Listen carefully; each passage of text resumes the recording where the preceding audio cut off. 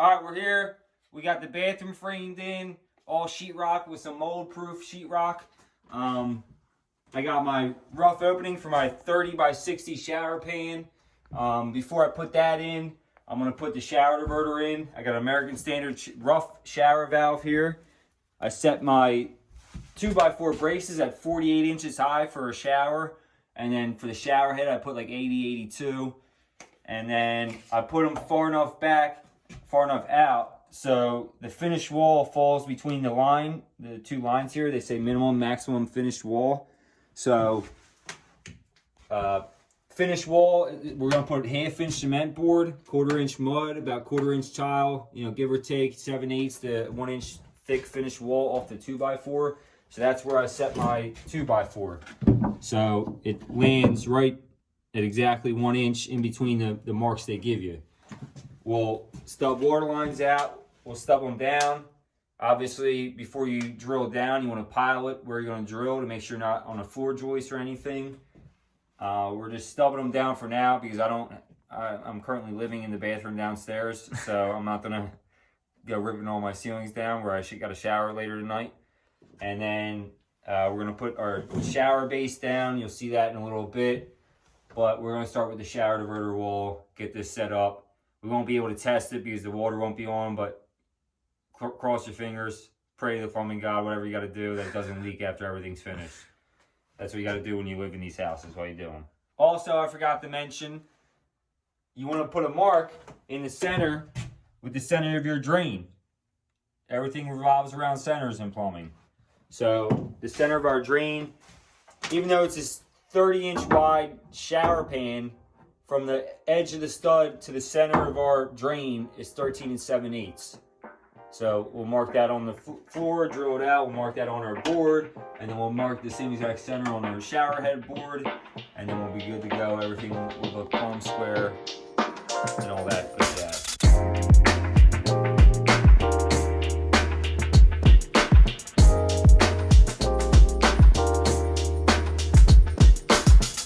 Alright, I'm at the side of the valve. You clean the inside of the fittings with a wire brush. You put some little utility flux in it. I have a street 90 coming out of this one because I'm so close to the center that if I just had a PEX adapter coming out of it and put a PEX 90 looking down, it would hit the stud, so I would have to drill over.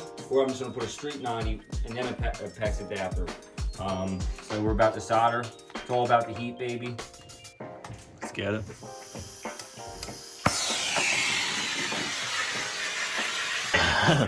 Cool. Fire! Fire! Fire! Fire! It works perfect.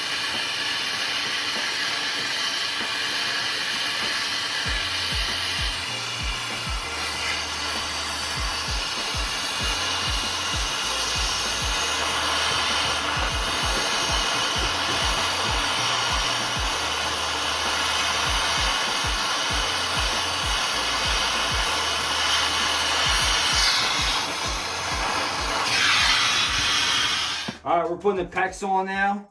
All it is, I like to use these copper crimp rings. Those pinch rings are junk. They're meant for carpenters. So all it is a copper ring.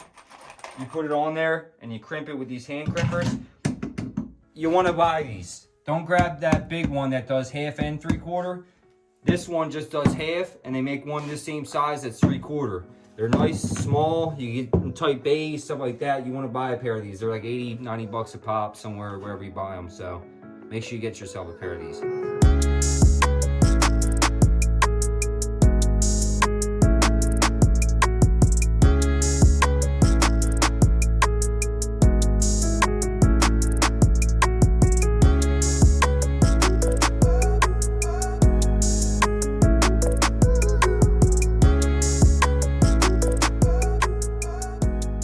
Dead on money. Tell the world how perfect you are.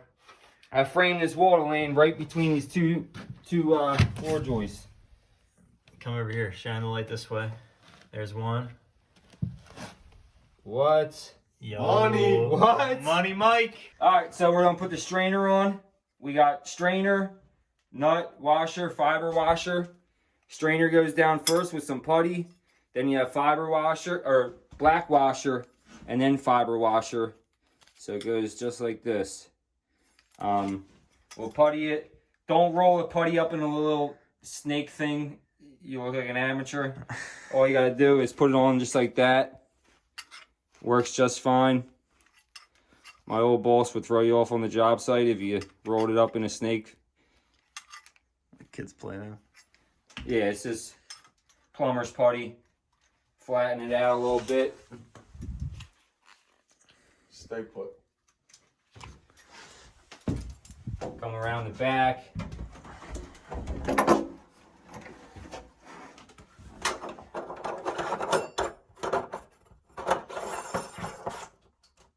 Make sure you try to center the washers as best as possible. You ain't gonna get it perfect.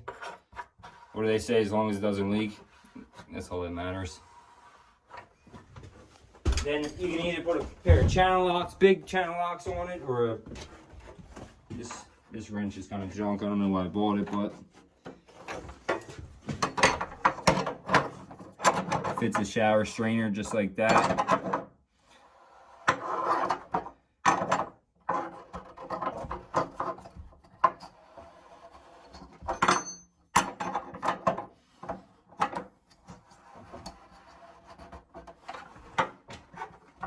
How's it looking up there, Sean? Looks good, Mike. Centered? Center. Putty oozing out? Oozing out. We like to ooze.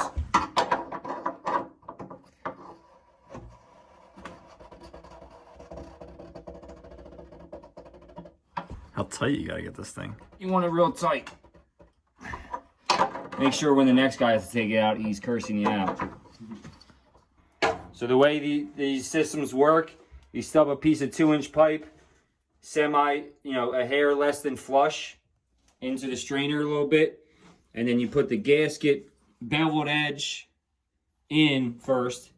You put that over the 2-inch pipe. You get this nut here. You tighten it up. It starts to get tight on you. And then you take this thing.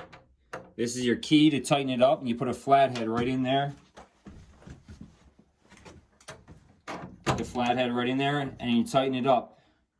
Helpful hint, if you're doing this in an already drain, there's already a drain down there, put a rag down your drain, because when this key pops out and it falls down your drain, you're going to be pissed. You're gonna be upset. And it's happened to me several times. All right, so we dry fit our pan here. The floor is really bad, so I got it as level as possible, and we'll level the rest of it with some Structolite. You got to put Structolite underneath these fiberglass bases anyway. I don't care what the manufacturer says. Just support it all throughout. And then we have a shim underneath here, and I have it marked with a pencil mark to remind me where it is. And we'll put some Structolite on it, put it down for real. Elvis Like a hound dog. And you ain't no friend of mine.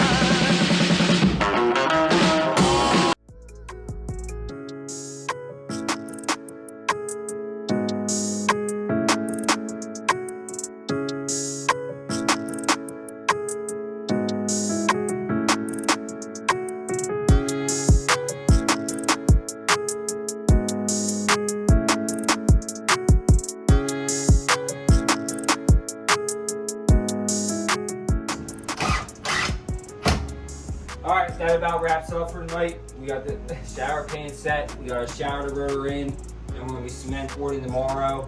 And then we'll be ready to continue on with the bathroom. Everybody, happy St. Paddy's Day. Have a good one.